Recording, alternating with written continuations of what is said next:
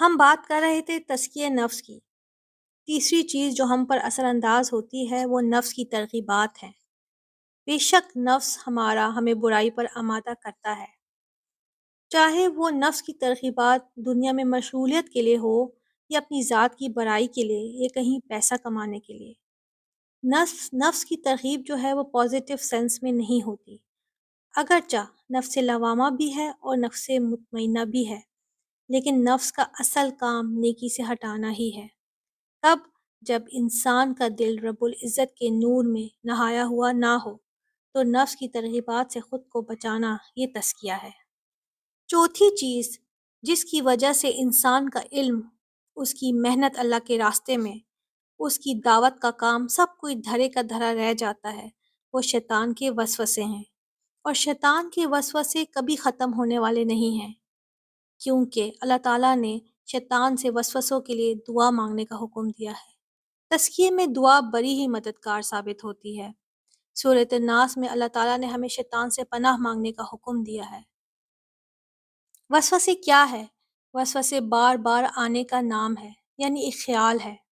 شیطان جب دیکھتا ہے نا کہ انسان کانشیس تو نہیں، تو اسے پتہ لگ جاتا ہے کہ یہ تو بالکل ہی غافل ہے، تو وہ ایسے انسان کے دل میں وسوسے ڈالتا ہے، اور انسان کو پھر لگتا ہے یہ اس کی خواہش ہے، اور جب ریپیٹڈلی یہ خیال آتا ہے تو وہ نفس کی ترغیب بن جاتا ہے۔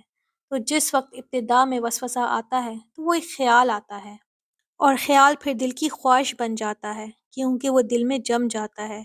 خواہش تمنا اور ارادے کا روپ ڈھال لیتا ہے، اور جب ارادہ عمل میں آ جائے تو پھر ہر اسٹیپ پہ تزکیے کا عمل ضروری ہے۔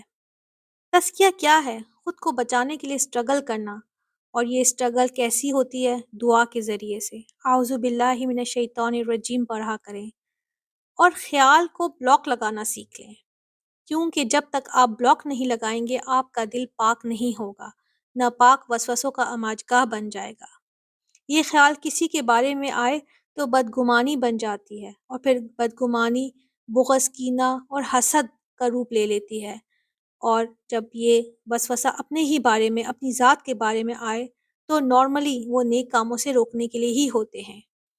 اچھا ابھی کر لیں گے، تھوڑی دیر میں یہ کام کر لیں گے۔ آپ نماز میں ہی دیکھیں، اچھا پہلے میں یہ کام کر لوں پھر نماز پڑھتی ہوں، اور نماز کے دوران بھی کتنے ہی وسوسے آتے ہیں، تو انسان کا دل پھر ناپاک ہو جاتا ہے۔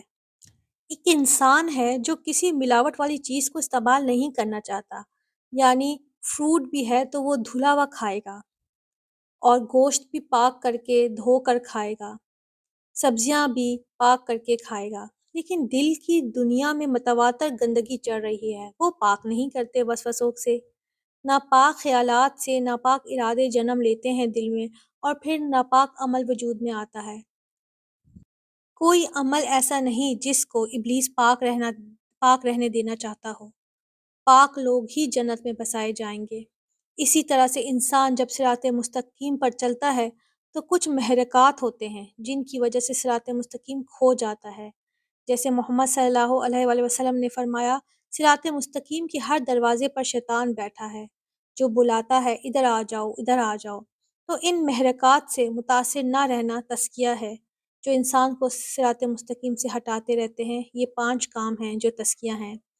اگر آپ نے یہ 5 کام کیے اور کرتے رہے تو ڈیولپمنٹ ہوگی، لیکن اگر یہ 5 کام نہ کیے تو ترقی تو رک جائے گی، کیونکہ کہیں آپ کو نفس کی ترغیبات آپ کو پھسلائے گی، کہیں آپ شیطانی وسوسوں کے جال میں آ جائیں گے، تو پھر کیا ہوگا؟ اگر نہیں بچایا وسوسوں سے تو دیمک لگ جائے گی۔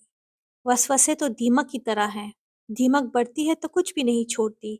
آپ نے جو بھی کیا اللہ کے لیے اخلاص کے ساتھ، سب کچھ برباد ہو جائے گا پھر۔ تو اپنے اندر کا جائزہ لیں، شیطان نے کہیں دیمک تو نہیں لگائی ہے، کہیں وائرس، کہیں پھسلن تو نہیں ہے۔ صراط مستقیم پر پیوریفیکیشن کے بغیر چلا نہیں جا سکتا۔ انسان فطرت پر پیدا ہوا ہے، اللہ تعالیٰ نے انسان کو اپنی فطرت پر پیدا کیا ہے، پھر انسان کیسے امپیور ہو جاتا ہے؟ اصل میں وہ جس ماحول میں رہتا ہے اس ماحول میں ایسے اسباب ہوتے ہیں جس کی وجہ سے انسان کا نفس پاک نہیں رہتا۔ ایسا کیوں ہوتا ہے؟ جب لڑکیاں دلہن بنتی ہیں نا تو نماز پڑھنا مشکل ہو جاتا ہے، جس طرح سے انہوں نے بھاری بھرکم ڈریس پہنا ہوتا ہے، دنیا کی نظر میں آئی ہوتی ہیں، جو احساسات اس وقت ہوتے ہیں تو ٹیمپرری لوڈ شیڈنگ ہو جاتی ہے۔ ماحول کا اثر تو ہوتا ہے۔ کسی نے کہا تھا نا، میں بھی تو گرد آلود ماحول میں رہتا ہوں، میرا بھی تو دامن میلا ہو سکتا ہے۔ کسی بھی ماحول میں رہیں تو اثر انداز تو ہوتے ہیں، ماحول سے زیادہ محرکات ہوتے ہیں۔ اب کوئی چاہتا ہے کہ مخلوق خدا کی خدمت کرے، اس کے گھر والے کہتے ہیں کہ کہیں اور انرجی لگاؤ، کسی کی ہیلپ کرنے کی کیا ضرورت ہے۔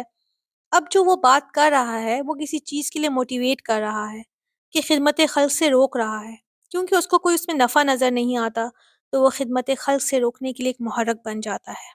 تو پہلے انسان کے ذہن پہ یہ باتیں نہیں ہوتی، لیکن ارد گرد کے اثرات محرکات ہوتے ہیں جو انسان کو فطرت میں رہنے نہیں دیتے، صراط مستقیم میں رہنے نہیں دیتے۔